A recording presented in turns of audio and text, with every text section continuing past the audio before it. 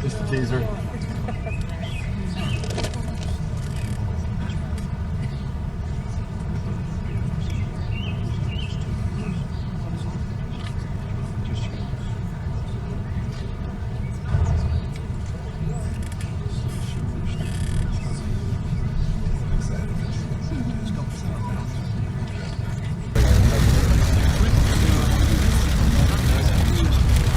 Ladies and gentlemen, the President of the United States and the Prime Minister of Japan.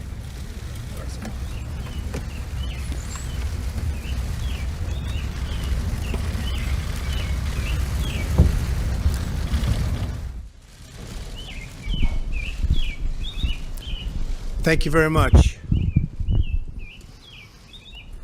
Today I'm greatly honored to welcome my good friend, Prime Minister Abe of Japan, to the White House. Over the past 16 months, the Prime Minister and I have worked closely together to address common challenges, of which there are many, seize opportunities, and advance the interests of our nations. Today, we have had another deeply productive and very valuable discussion.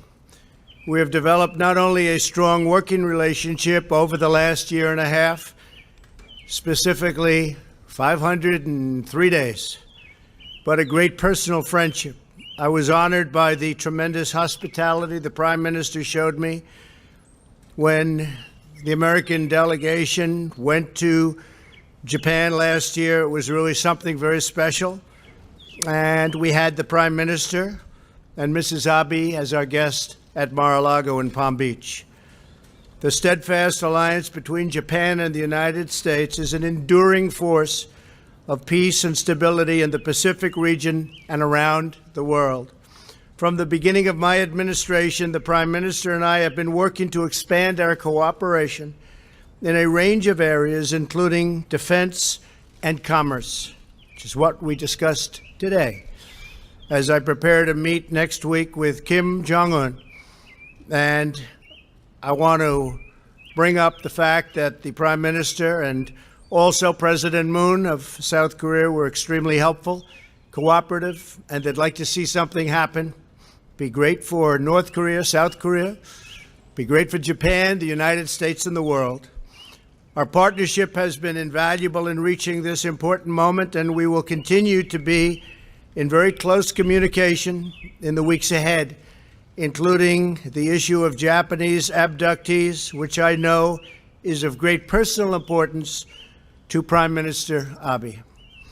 I hope the upcoming meeting in Singapore represents the beginning of a bright new future for North Korea, and indeed a bright new future for the world. The denuclearization of the Korean Peninsula would usher in a new era of prosperity, security, and peace for all Koreans, North and South, and for people everywhere. Prime Minister Abe and I are also working to improve the trading relationship between the United States and Japan, something we have to do. The United States seeks a bilateral deal with Japan that is based on the principle of fairness and reciprocity. We're working hard to reduce our trade imbalance, which is very substantial, remove barriers to U.S. exports, and to achieve a fair and mutually beneficial economic partnership. And we're on our way. The Prime Minister was telling us just moments ago that they're buying billions and billions of dollars of additional products of all kinds, military jets, airliners from Boeing, lots of farm products. We're going to be doing a lot more business with Japan, which is what everybody wants to see. There has never been a better time to invest in the United States. Thanks to our massive tax cuts, historic deregulation, a strong trade policy, which has just really begun, because I will tell you over the years it has been an extraordinarily weak trade policy, the opening of American energy, and a return to the rule of law, our economy is absolutely booming, best it's ever been. Unemployment is at the lowest level in nearly half a century. And for African American and Hispanic American workers, unemployment has reached its lowest level ever recorded. We welcome and encourage Japanese investors to open new plants and factories in the United States, and that will happen. The Prime Minister has told me that will happen. We want new auto plants going into Michigan and Pennsylvania and Ohio, and many of our states that have them and some that don't, and they'll be doing that. Japan has also remained a critical partner in our efforts to promote a free and open Pacific region where sovereign nations uphold the rule of law, respect the rights of their neighbors, and honor the interests of their people. These core principles allow diverse nations to thrive and prosper all together in one beautiful, peaceful atmosphere. We're all happy about it. It's what's happening now. Prime Minister Abe, it is a true privilege to work with you. You've become my great friend. I want to thank you for being here at the White House, for our meetings today, so productive. I'm also very proud to say that the bonds between our nations are stronger than ever before, and I know that together we can unlock incredible new opportunities, achieve remarkable new prosperity, and ensure the safety and security of our citizens for a very, very long time to come. And that's what we intend to do. Thank you very much. Thank you, Mr. Prime Minister. Thank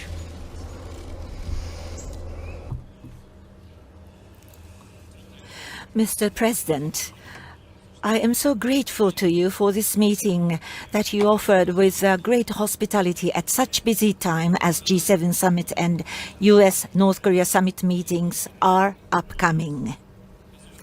I also would like to express my appreciation to the people of the United States for always warmly welcoming us as your ally. In 5 days, US-North Korea summit is to take place. First of all, I would like to pay my deep respect to the outstanding leadership of President Trump as he made this decision that no past presidents were ever able to accomplish. In the last 18 months, we really spent many hours to discuss this issue.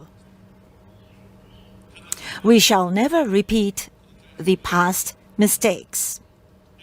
While this thought is completely shared between us, we are able to witness an historic talk which will take place shortly. Today, with President Trump, our discussion was focused on issue of North Korea. What should we do as we approach the upcoming US-North Korea summit, as well as for the peace and stability of Northeast Asia after the summit? On this topic, we took good amount of time and carried out in-depth and candid exchange of views. I'm not able to talk about the details of what we discussed, but one thing I can say is that Japan and the United States are always together. I strongly hope that this historic summit in Singapore be a resounding success. There is a beautiful port town, Niigata, facing the Sea of Japan. A mere 13-year-old girl living there was abducted by North Korea. 45 years have passed since then, during which time family members single-mindedly prayed for her return and kept on waiting. The parents became old. Remaining time is slipping away. It is the long-held desire of the Japanese people to have her and all of the abductees come home so that the parents, while they are healthy, can embrace the girl and other abductees again in their arms. Of course, I wish to directly face North Korea and talk with them so that abduction problem be resolved quickly. To this end, I am determined to take all possible means. On behalf of the citizens of Japan, I would like to thank President Trump and the people of the United States for their understanding and support toward the resolution of the abduction issue.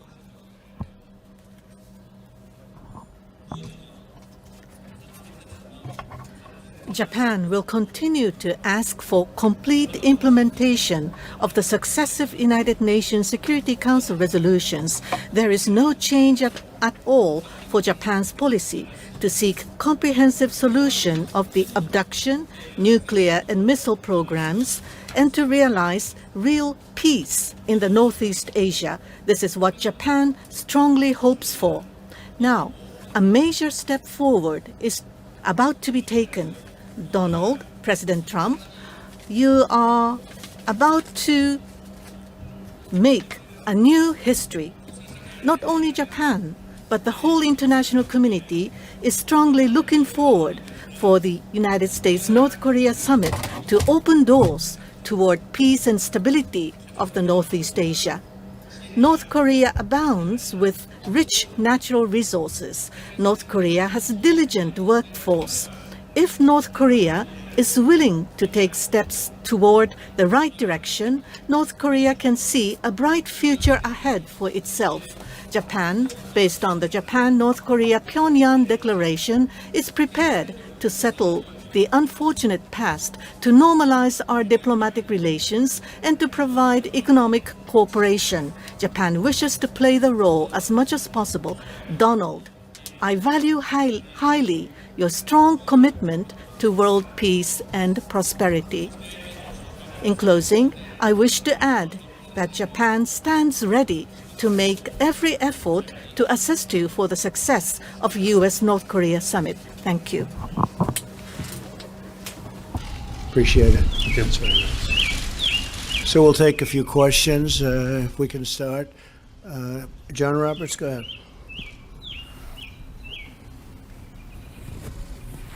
Mr. President, on the subject, and I have a question for the Prime Minister as well. On the subject of North Korea, how far are you willing to go in terms of economic, security, political guarantees with Kim? Are you willing to move down the road toward normalizing relationships, normalizing relations with North Korea, as the Prime Minister suggested he was willing to at some point?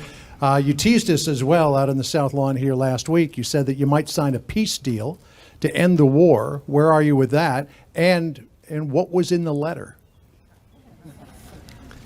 Well, the letter was just a greeting. It was really very nice. Perhaps I can get approval to put it out. It was really a very warm letter, a very nice letter. I appreciated it very much. And nothing other than we look forward to seeing you, and we look forward to the summit, and hopefully some wonderful things will work out. So it was really very warm, very nice. We appreciated it. I think, John, that we are going to we're going to have a great success. I don't think it will be in one meeting. I think it'll take longer than that. This has been going on for many, many decades. This is something that should have been solved by other presidents, as I've said often before, long before this point. They waited till the last second, and they shouldn't have waited. This should have been solved by many others. I'm not just saying President Obama. I'm saying other presidents. A long time ago, this could have been solved in a lot easier manner and a lot less dangerous manner. But it wasn't, so I'll solve it, and we'll get it done. As far as the Prime Minister is concerned, we will agree, and we have agreed, that we're going to be helping, if the deal is done, we're going to be helping North Korea. We're going to be working with China. We're going to be working with South Korea. President Xi of China has been terrific. The border has been certainly more closed than ever before. I'd like him to close it a little bit more, but it's been more closed than ever before. China has never worked with us this way, and you know, I give him a lot of credit because, as you know, we're in a dispute as to the imbalance of trade. It's a massive imbalance in China's favor. It's been that way for many decades, and it should have also been handled by previous presidents, but it wasn't. So we'll handle that too. But I give President Xi tremendous credit, and I give President Moon tremendous credit. He really would like to see something happen. They've been living with the threat of war from their beginning, and it doesn't make sense. And I really believe that Kim Jong-un wants to do something. I think he wants to see something incredible happen for the people of North Korea. So we have a lot of great opportunities right now. Shouldn't have waited to this point, but we have a lot of great opportunity. John, please. Again, Mr. President, would you be willing to go so far as to normalize relations with North Korea? And what about the idea of signing some sort of an agreement on the 12th to end the war? Well, it could be. We could sign an agreement. As you know, that would be a first step. It's what happens after the agreement that really is the big point. But yes, we could absolutely sign an agreement. We're looking at it. We're talking about it with them. We're talking about it with a lot of other people. But that could happen. But that's really the beginning. Sounds a little bit strange, but that's probably the easy part. The hard part remains after that. Normalizing relations is something that I would expect to do, I would hope to do when everything's complete. We would certainly hope to do that. I know that Prime Minister Abe and President Moon have told me very strongly that they are going to go and they will help them economically tremendously. Japan has a tremendous stake, and so do they. We, on the other hand, are very far away. We're very, very far away. But Japan will be helping. I believe China will be helping economically also. I think China wants to see something very good happen, very positive happen. And certainly South Korea has already stated their intentions. They will be very helpful. So there are a lot of good factors lined up for North Korea, a lot of tremendous factors that give it tremendous potential. It has tremendous potential because the people are great. And we would certainly like to see normalization, yes. And Prime Minister Abe, if I could address you as well. We know how important an issue the abductees is for you. President Trump said at Mar-a-Lago during your last meeting that it's a very important issue for him as well. We know about the medium-range ballistic missiles. Did you get an assurance from President Trump that he would address both of those in his first meeting with Kim?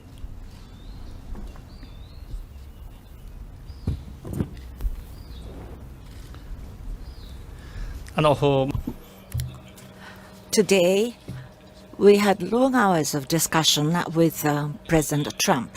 Good amount of discussion. On the issue of abduction, I was able to have a detailed discussion, and I think President Trump fully understands the situation. He supports the position of Japan. Last year, President Trump visited Japan. On that occasion, he met with the families of abductees. I told you about the 13-year-old girl abducted. The mother of this girl met with President Trump, and very seriously, he intently listened to the voices and views of the family members. So President Trump, amongst the world leaders, I think he is one of the leaders who understands the issue the most, the greatest. So at the upcoming summit, the importance of abduction would be explained to Mr. Kim Jong-un. What about the medium-range missiles? As I said earlier on in my statement, the Security Council's resolution must be implemented. All weapons of mass destruction and all ballistic missiles, these are the words used in the resolution of the Security Council. In other words, the Security Council resolution must be completely implemented. On this point, between Japan and US and the international community share the same view. I'm convinced about it. Thank you. TBS News. Mr. Yoshino of TBS, please. Next question, please. Thank you. My name is Yusa from TBS Television. I have a question for both President Trump as well as Prime Minister Abe. You have not used the language of applying the largest pressure on North Korea, but are you continuing with the Yohoto sanction and the denuclearization? You will be asking for that. And what is the deadline for the denuclearization? And my question to Prime Minister is how to apply pressure to North Korea and the tone of the language. Are you in full agreement, complete agreement with the United States? President Trump has stated that we are implementing sanctions, and those sanctions are very strong sanctions. He also stated that until North Korea takes the action, the sanctions will not be lifted. And Japan is in full agreement, and Japan's position is perfectly in alignment with the United States. And in our summit meeting this time, we had in-depth discussion with President Trump as to how we should respond to the North Korea. And as for the future policy on North Korea, inclusive of the U.S.-North Korean summit meeting, we had detailed coordination aligning our positions. As I have already mentioned, Japan and the United States are always together. Japan and the United States will be in full alignment to seek success for the historic U.S.-North Korea summit meeting in Singapore. Yes, thank you very much. Maximum pressure is absolutely in effect. We don't use the term anymore because we're going into a friendly negotiation. Perhaps after that negotiation, I will be using it again. You'll know how well we do in the negotiation. If you hear me saying we're going to use maximum pressure, you'll know the negotiation did not do well, frankly. There's no reason to say it. We, in the meantime, haven't removed any sanctions. We have a list of over 300 massive, in some cases, sanctions to put on North Korea, and I've decided to hold that until we can make a deal, because I really believe there's a potential to make a deal, and I just don't think it's nice going in under those circumstances. But yes, the campaign hasn't changed. China has continued to hold the border. We, again, would like them to do more in that sense, but they've been really good, and the president has been very good. But maximum sanction is there. We are leaving all of the existing sanctions on. We have many, many sanctions to go, but I don't want to use them unless it's necessary. And I don't think it will be necessary, but we will soon know. Okay? Thank you. Sager and Jetty. Where's Sager? Daily Caller. Thank you, Mr. President. I have a question for the Prime Minister as well. Mr. President, under what you've said repeatedly that you are willing to walk away from the negotiations if they don't do well. Under what exact conditions would you be walking away from that summit? And if the summit does go well, will you be inviting North Korean leader Kim Jong-un to the United States? Well, the answer is yes to the second part of your question, but certainly if it goes well. And I think it would be well received. I think he would look at it very favorably, so I think that could happen. All I can say is I am totally prepared to walk away. I did it once before. You have to be able to walk away. If you're not going to be able to walk away, we didn't walk away from the horrible Iran deal that was signed. And if you look at what's happened since I signed that deal, Iran, and in all fairness, I say it with great respect for the people of Iran, but Iran is acting a lot differently. They're no longer looking so much to the Mediterranean. They're no longer looking so much to what's going on in Syria, what's going on in Yemen, and lots of other places. They're a much different country over the last 3 months. And again, I say that with hope that maybe something can happen. But when you mention sanctions, we're putting sanctions on Iran, the likes of which nobody has ever seen before, including, frankly, North Korea. That would have been the next phase if we did it or find it necessary to do. But nuclear to me is always first, and we're going to be fine with respect to Iran. But we also, Sager, got something out of it that's very important. A lot of the people that write about this, some of whom I have great respect for, but they haven't picked it up. Iran is not the same country that it was a few months ago. They're a much, much different group of leaders. And I hope at some point they'll come to us and we'll sit down and we'll make a deal that's good for them and good for us and good for everybody. And it'll be great for Iran. I expect it to be, I want it to be great for Iran.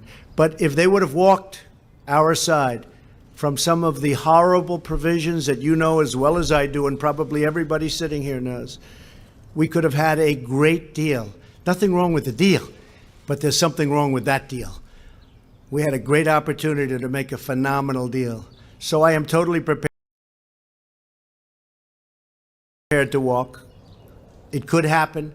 Maybe it won't be necessary. I hope it won't be necessary to walk, because I really believe that Kim Jong-un wants to do something that is going to be great for his people and also great for his family and great for himself.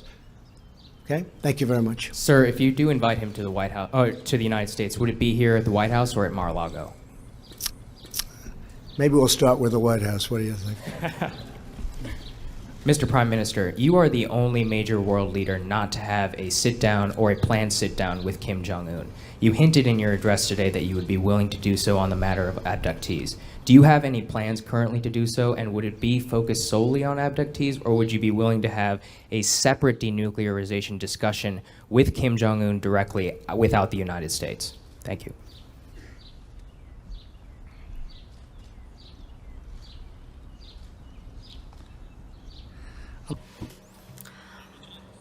Of course, on the issue of abduction, we have to resolve this problem. With Abe administration, this is of the highest priority. And if anything contributes to that resolution, if the talk leads to the solution of the problem between US and North Korea, or between Japan and North Korea, the meetings we wish to have on the issue of abduction in the final analysis, Chairman Kim Jong-un and between me, between Japan and North Korea, problem has to be solved. Of course, Japan, for Japan, missile issue and nuclear issue, very important. Nuclear issue, missile issue, regarding these issues, at the US and North Korea summit meeting, first and foremost, I'm hopeful for the progress. And then on the issue of abduction, we will liaise, we will collaborate with the US and international community, and Japan ourselves must talk directly with North Korea in the final analysis. I am determined about that. それでは林さんどうぞ。 Mr. Hayashi? Thank you. Prime Minister Abe, I have questioned to Prime Minister as well as President Trump. Starting with Prime Minister, you have already mentioned to a certain degree on the abduction issue. In order to hold Japan-North Korea summit, the premise is that you need to obtain results for the abduction issue. What kind of concrete pathway are you envisaging to hold the summit meeting? In your meeting with President Trump today, have you asked President Trump to raise the question of abduction at the U.S.-North Korea summit meeting in Singapore? Next is my question to President Trump. The Kim Jong-un has maintained his position that the abduction issue is something that already had been resolved. So what kind of explanation has been given to the United States on abduction issue in the North Korea to U.S. The consultations? And how should we approach the North Korea in order to seek solution for the abduction? And what did you convey to Prime Minister Abe today in this regard? Because I will tell you on the Prime Minister's behalf that he very much talked about abduction. It was preeminent in our conversations. He talked about it long and hard and passionately, and I will follow his wishes, and we will be discussing that with North Korea. Absolutely. Absolutely. Prime Minister, go ahead. 4月の Now, at our Japan-U.S. summit meeting we had in the Mar-a-Lago in February, today, once again, as President Trump has mentioned already, I have explained on the abduction issue once again, and I have conveyed to him the earnest wish of the families of the abductees. And President Trump once again has stated that the abduction issue will be raised at the upcoming U.S.-North Korea summit. Now, at the U.S.-North Korea summit meeting, as to the concrete the matters to be discussed, I would like to refrain from mentioning this at this juncture. But in any case, Japan's thoughts and position were explained at length, and President Trump has given his understanding, and he has promised that the issue will be brought up at the summit meeting in Singapore, and I am delighted of this. President Trump and the international community, I would like to closely work with President Trump as well as the international community to seek solution to the issue. In solving the abduction issue, Japan itself needs to have direct consultation with North Korea. I have not changed my resolve in doing so. And under this decision and resolve, what will be conducive to solve the abduction issue? Of course, I will have to think about the summit meeting. For Japan, North Korea summit meeting, if we are to have the summit meeting, the nuclear, the missile, and what is more important, the abduction issue, the solution to all these issues must be sought. And I hope that we will be able to realize a summit meeting which would lead to solution of the problems. But first and foremost, we need to seek advancement for the abduction, nuclear and missile programs. Japan and U.S. should closely cooperate with each other so that we will be able to see great success for the historic U.S.-North Korea summit meeting. And Japan would like to give our all-out efforts and support. Thank you. I'd like to just close by paying my highest respect and regards and love, frankly. I've got to know him very well, to the Warmbier family, the incredible family of Otto Warmbier, who was a brilliant, beautiful, terrific young man. And he has not died in vain, I can tell you that. He has not died in vain. So to the Warmbier family, our love and our respect. Also, I'd like to say that we were tremendously successful in getting our 3 hostages back. And I'm very thankful to the cooperation that we received from North Korea. And the 3 United States citizens are now very happily ensconced in their homes with their families. They're very happy. They didn't think this was going to happen. And frankly, it would never have happened. But it has. So I just want to wish them well also. They had a tough journey, but I really respect the fact that we were able to work with the North Korean folks and get them out. They're very, very well ingrained already. They're back into, they were telling me they're now going to movies and they're going out to dinner, and they're back. They're back in our country, and it's a terrific thing. I believe we're going to have a terrific success or a modified success, but in one form or another, if it all goes, and things can happen between now and then. But I know many of you are going, and I look forward to seeing you there. I look forward to traveling with you. It's a long way, but I really believe that we have the potential to do something incredible for the world, and it's my honor to be involved. Thank you very much. Thank you. Thank you.